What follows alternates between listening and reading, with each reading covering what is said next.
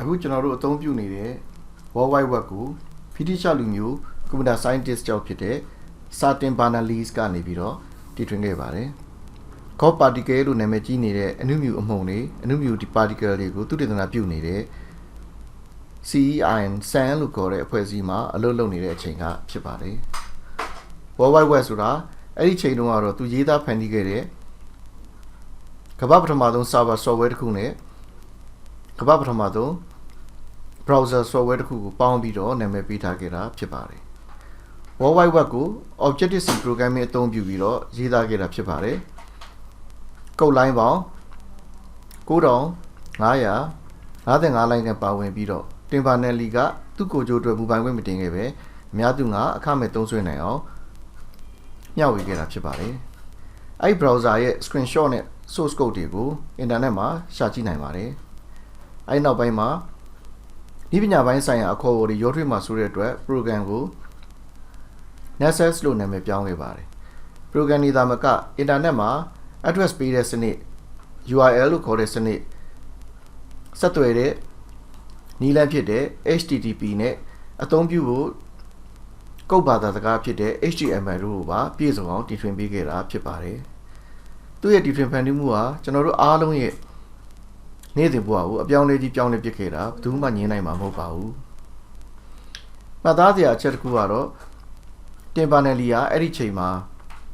NAS computer ကိုသုံးပြီးတော့ရေးသားခဲ့တာဖြစ်ပါတယ်။ NAS computer ကိုဒီဇိုင်းပြုလုပ်ခဲ့တာကတော့ Steve Jobs ကိုယ်တိုင်ဖြစ်ပြီးတော့သူ့ကို Apple က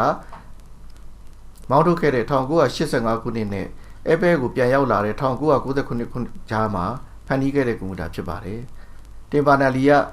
NAS computer မှာ user interface ကိုတိစောက်ဖို့အတွက်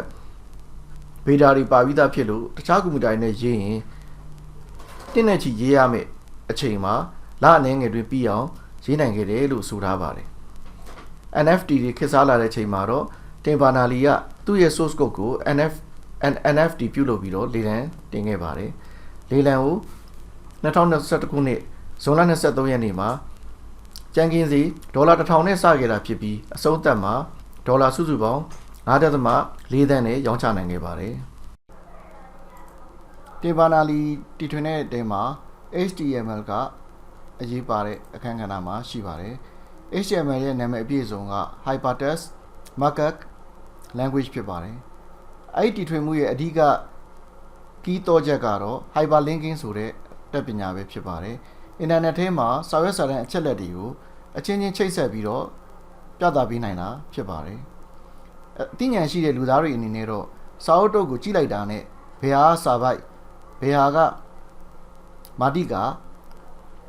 ခေါင်းစဉ်ကဘယ်ဟာစသဖြင့်အလွယ်တကူခွဲခြားနိုင်ပါတယ်။ကွန်ပျူတာတွေကတော့အဲ့လိုခွဲခြားနိုင်စွမ်းမရှိပါဘူး။ဒါကြောင့်ဆရာတို့ကွန်ပျူတာတစ်လုံးကနေတစ်လုံးအချက်လက်တွေကိုပေးပို့တဲ့နေရာမှာအဲ့ဒီအချက်လက်တွေကိုစနစ်တကျ organize ပြုလုပ်ဖို့လိုအပ်ပါတယ်။အဲ့ဒီလို content structure တွေတိစောက်နိုင်ဖို့အတွက် HTML ဘာသာစကားကိုတည်ထွင်အသုံးပြုခဲ့တာဖြစ်ပါတယ်။ content ဆိုတာကကိုပြောချင်တဲ့စာတွေပုံတွေဗီဒီယိုတွေအချက်လက်တွေကိုပြောတာဖြစ်ပါတယ်။ HTML မှာတက်အဖွင့်ပိတ်တွေသုံးပြီးတော့ကိုပေးပို့ခြင်းတဲ့အချက်လက်တွေဒါမှမဟုတ် content တွေကို structure တိစောက်ပေးပါတယ်။ HTML ကိုသုံးပြီးစာပိုက်တွေခေါင်းစဉ်တွေ list တွေစာရင်းတွေ table တွေဇယားတွေနဲ့စနစ်တကျစီစဉ်ရေးသားပေးပို့နိုင်လာပါတယ်။ HTML ဒီကုတ်တွေကို browser software တွေကဘာသာပြန်ပြီးပြပေးနိုင်ပါတယ်။ user တွေဖတ်တဲ့အခါမှာအဲ့ဒီကုတ်တွေပါမလာတော့ပဲHTML ကုတ်တွေကဖော်ပြခြင်းနဲ့အချက်လက်ကိုသာမြင်ကြရမှာဖြစ်ပါတယ်။ဥပမာအနေနဲ့စာလုံးတစ်လုံးကိုဘိုးတင်မိခြင်းနေဆိုရင်အဲ့ဒီစာလုံးရဲ့အရှိနဲ့နောက်မှာဘိုးတင်ဖို့သင်ခဲ့တာဖြစ်တဲ့ b နဲ့ /b တက်အဖွင့်ပိတ်တစ်စုံကိုထည့်ပေးလိုက်ရမှာဖြစ်ပါတယ်။ user ကတော့အဲ့ဒီတက်တွေကိုမြင်ရမှာမဟုတ်ပဲဘိုးတင်ထားတဲ့စာလုံးမဲတွေကိုသာမြင်ရမှာဖြစ်ပါတယ်။ HTML ရဲ့အရေးကြီးဆုံးစွမ်းဆောင်ရည် feature တစ်ခုကတော့အခြား HTML စာမျက်နှာတွေတင်မကပတ်လမ်းကြောင်းဒါမှမဟုတ်ရင် internet address URL ကိုသိတဲ့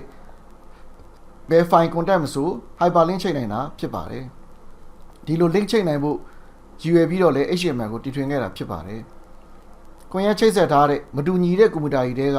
ပြန်ကျဲတည်ရှိနေတဲ့ file တွေပုံတွေဗီဒီယိုတွေနဲ့အခြား content တွေကို link ချိတ်ပြီးစူးစီးဖော်ပြနိုင်ဖို့ရည်ရွယ်ပြုလုပ်ခဲ့တာဖြစ်ပါတယ်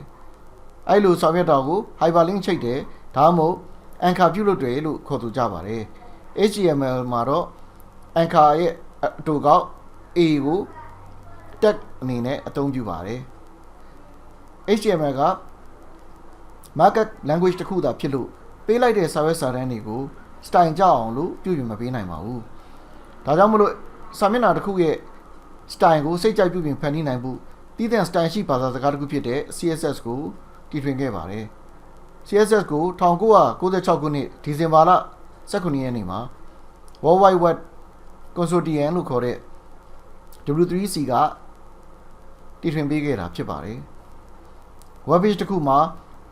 ၄ရောက်နေရာခြားထားပုံတွေအကြောင်းအသုံးပြုပုံတွေနဲ့ font အမျိုးမျိုးကိုရွေးချယ်အသုံးပြုနိုင်ဖို့ CSS ကိုအသုံးပြုနိုင်ပါတယ် web page တစ်ခုရဲ့ presentation နဲ့အထက်က content တွေကိုခွဲခြားနိုင်စေဖို့ရည်ရွယ်ပါတယ် CSS ကိုလည်း HTML ကုတ်တွေထဲမှာရောရေးလို့ရသလိုတိကျ CSS file တွေနဲ့လည်းခွဲခြားရေးနိုင်ပါတယ်နည်းလမ်းတစ်မျိုးစီမှာအားသာချက်တစ်ခုစီရှိပါတယ်အခုဆိုရင်ဆရာတို့သင်ကြားရမယ့်အခန်း3ရဲ့